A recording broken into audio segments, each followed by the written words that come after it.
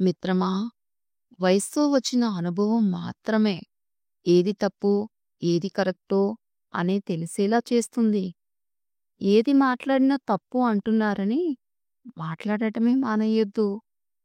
నువ్వు మాట్లాడేది వాళ్ళకి అనుకూలంగా లేదు కాబట్టి తప్పు అని అంటున్నారు. అలా అనుకునే వారిని నువ్వు అనుకోని పట్టించుకోవడం మానేసే ప్రతి మాటలో తప్పులు వెతికే వాళ్ళని మనం కాదు కదా! ఆ దేవుడు కూడా మార్చలేడు. అర్థమైందనుకుంటా. అమ్మో! పక్కింటివాడు కారు కొన్నాడు. నా బ్రతుక్కి ఇంకా ఈ డొక్కు బైకేనా? వాడు రోజూ రెస్టారెంట్‌లో ఇష్టం వచ్చినన్ని తింటూ ఉన్నాడు. నా బ్రతుకుకి ఈరోజు ఈ లంచ్ బాక్స్ భోజనమేనా? నాతో చదువుకున్నవాడు ఇప్పుడు లక్షలకు లక్షలు సంపాదిస్తున్నాడు. నేను ఇంకా ఈ రూ. 10,000 జీతంతోనే నెట్టుకు రావాల్సి వస్తుంది. ఇలాంటి బ్రతుకు ఎందుకిచ్చావు దేవుడా?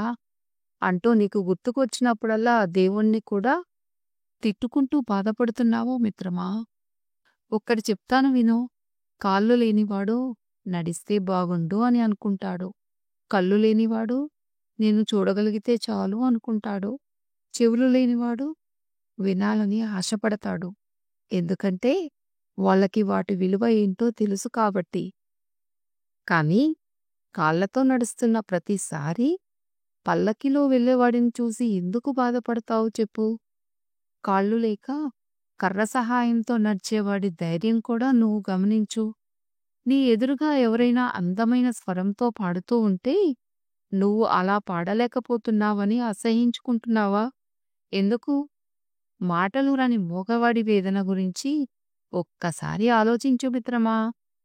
మహారాజులో ప్రతిరోజు పంచభక్ష పరమాణాలు తినలేకపోతున్నానని కన్నీరు పెట్టుకుంటున్నావా? ఎందుకు? కటిక దరిద్రంతో బాధపడుతూ ఒక్క పూట భోజనం కోసం భిక్షమెత్తుకునే వాడి దీన వ్యవస్థను ఒక్కసారి ఊహించుకో. నీకు దేవుడు అన్నీ సక్రమంగా ఇచ్చాడు.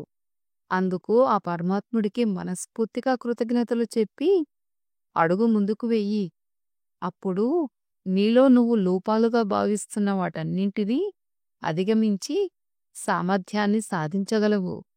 అర్థమైందనుకుంటా. కష్టపడి బ్రతికే వాళ్ళకి ఒకరి సొమ్ము తినాలని ఎప్పుడు కూడా అనిపించదు. ఎందుకంటే ఎదుటివారి కష్టం తినకూడదనే సంస్కారం వాడు పడిన కష్టం వాడికి నేర్పించింది కాబట్టి. నేను ఎదుటివారి సొమ్ము తినాలి అనుకున్న వాడికి ఊరికే ఏం రాదు కదా! వాడు కష్టపడితేనే కదా వచ్చేది. వాడు తినాల్సిన సొమ్మును నేను తింటే నేను పడిన కష్టానికి అర్థం లేదు కదా! అని అర్థం చేసుకుని ఒకరి సొమ్ము తినకూడదని ఆలోచనతో బ్రతుకుతాడు. సుగ్రీవుడికి సొంత అన్ననే శత్రువు. పాండవులకి పెదనాన్న కొడుకులే శత్రువులు. అలాగే శ్రీరాముడికి తన పినతల్లే శత్రువు. మన రామాయణ మహాభారత చరిత్ర చెప్తుంది మన సొంతవారే మనకు శత్రువులు అని.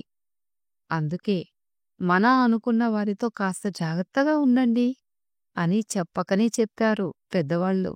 అర్థమైందనుకుంటా. గొప్ప దాంపత్యం అంటే తన వద్ద ఏమీ లేనప్పుడు నీతో నేను ఉన్నాను అని భరోసా ఇచ్చే భార్య. వృద్ధాప్యంలో నేను ఉన్నానని అండగా నిలిచే భర్త ఉండటమే. భార్యాభర్తల బంధం అనేది రెండు హృదయాలకు సంబంధించినది. ఎట్టి పరిస్థితుల్లో కూడా మూడో వ్యక్తి జోక్యానికి తావు ఇవ్వకూడదు. భరించలేని బంధం కాదు.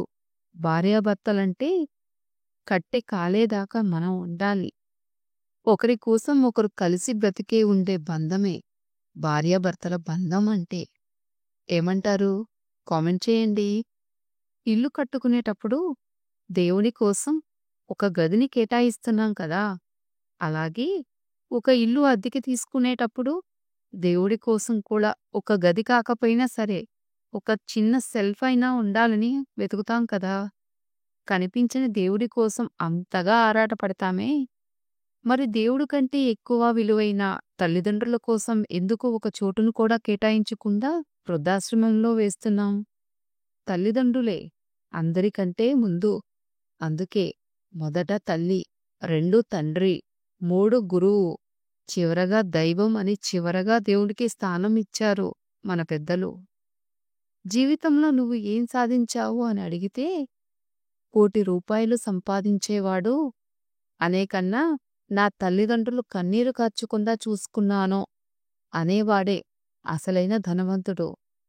గెలుపు అంటే ఆస్తులు, అంతస్తులు కూడబెట్టడం కాదు. మనుషుల మనసులను కూడా గెలవటం మిత్రమా. బంధం అంటే అన్నీ బాగున్నప్పుడు కలిసి ఉండటం కాదు. ఏమీ లేనప్పుడు కూడా తోడుగా నిలబడటం. అవునా? స్నేహం అంటే ఆనందంగా ఉన్నప్పుడు చేతులు కలపటం కాదు. కష్టాల్లో ఉన్నప్పుడు నీకు నేనున్నాను అంటూ చేయూతని ఇవ్వడం. గౌరవం అంటే అధికారాన్ని చూసి లేచి నిలబడడం కాదు. నీ వ్యక్తిత్వాన్ని చూసి చేతులెత్తి మొక్కడం. విలువలు అంటే జనాల కోసం మాటలు చెప్పి తప్పించుకోవడం కాదు. నీ జన్మంతా విలువ కోసం కట్టుబడి ఉండటం. ఆడది అందంగా ఉన్నప్పుడు, మగవాడు పదవిలో ఉన్నప్పుడు వచ్చే ప్రశంసలన్నీ శుద్ధ అబద్ధాలే. ఏమంటారు? అవే నిజమని నమ్మి మోసపోకండి మిత్రమా. స్వయంగా పైకి రావాలని ప్రయత్నం చేసేవారికి ప్రోత్సాహం ఇవ్వకపోయినా పర్వాలేదు. కానీ నువ్వు ఎంత ప్రయత్నం చేసినా పైకి రాలేవు అని చెప్పేవాళ్ళు పక్కన ఉంటే చాలు మిత్రమా.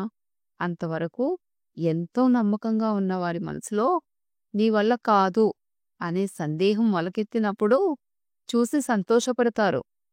ఎప్పుడూ అలాంటి వారి మాటలు పట్టించుకోకుండా మనం చేసే ప్రయత్నం మనం చేస్తూ ఉండాలి. అప్పుడే మనం ఏదైతే అనుకుంటున్నామో అది చేసి చూపించాలి.